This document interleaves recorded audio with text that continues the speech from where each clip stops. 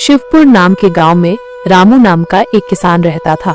वो बहुत ही ईमानदार और दयालु था। रामू के घर में उसकी बूढ़ी माँ और उसकी पत्नी रहती थी। रामू रोज अपने खेतों में काम करता था और उसी से अपने परिवार का पेट पालता था। रामू के पास एक बैल था जिसका नाम राजा था। उसी की मदद से वो अपनी सारी खेती करता था। इस गांव में रामू का एक दोस्त धीरू भी रहता था जो बहुत ही कामचोर और आलसी था। वो अपनी मीठी बातों से हमेशा रामू से काम निकलवा लिया करता था। एक दिन धीरू रामू के घर आता है।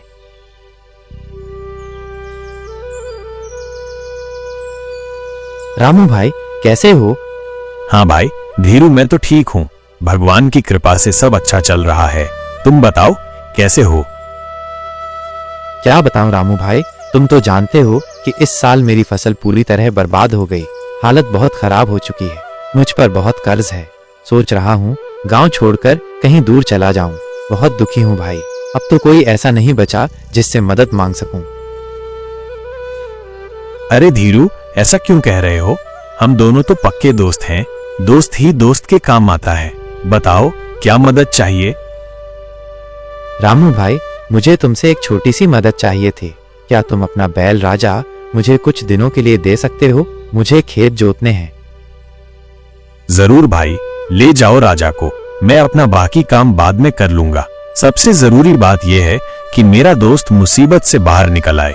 अगर कुछ और चाहिए तो बताओ। धन्यवाद रामू भाई, तुम चिंता मत करो। मैं राजा की अच्छे से देखभाल करूंगा और जल्दी ही लौटा दूंगा।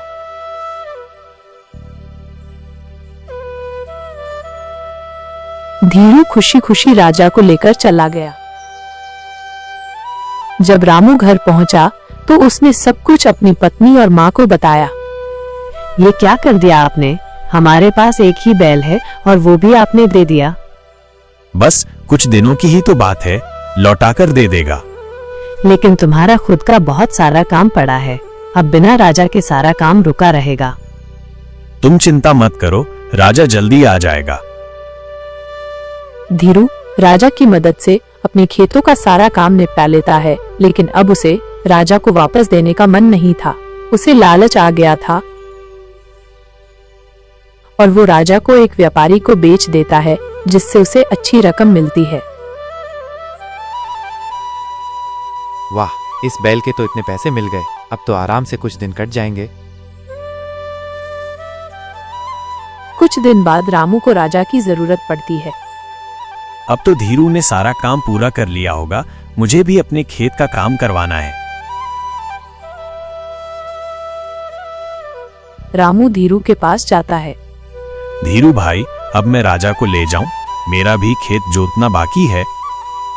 रामू भाई, बात यह है कि राजा थोड़ा बीमार है। जैसे ही ठीक होगा तुम्हारे पास पहुंचा दूंगा।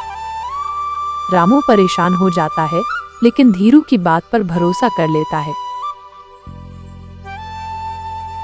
घर पहुंचने पर पत्नी पूछती है, क्या हुआ, राजा नहीं लाए? नहीं, धीरू ने कहा है कि वो बीमार है। मुझे तो ये ठीक नहीं लग रहा। अभी तो राजा बिल्कुल ठीक था। मुझे लगता है धीरू ने ढंग से देखभाल नहीं की होगी। नहीं, ऐसा नहीं हो सकता। धीरू मेरा दोस्त है।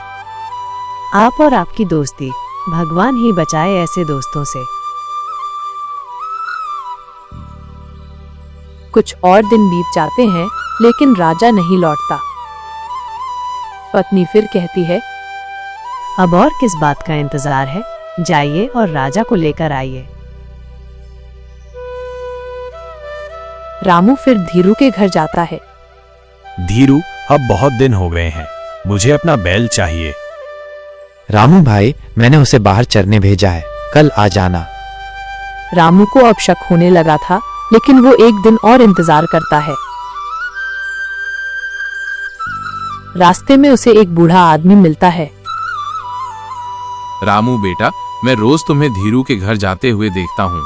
शायद तुम्हें पता नहीं कि उसने तुम्हारा बैल बेच दिया है। मैंने अपनी आंखों से उसे व्यापारी को बेचते हुए देखा है। काका, मैंने तो उसे अपना सच्चा दोस्त माना था, पर उसने मेरी दोस्ती का फायदा उठाया। अब मैं ऐसा और नहीं होने दूंगा। काका, क्या आप मेरी एक मदद कर सकते हैं? हाँ बेटा, बताओ। कुछ देर बाद धीरू उसी रास्ते से गुजरता है। बूढ़ा उसे रोकता है। धीरू बेटा रुको, बात कुछ खास है। क्या हुआ काका?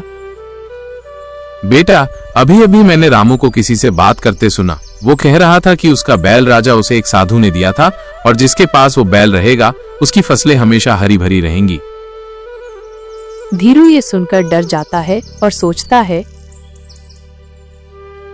अगर ऐसा है तो बैल मुझे ही रख लेना चाहिए था। जल्दबाजी में वह व्यापारी के पास जाता है और बैल को वापस लेकर रामू को लौटा देता है।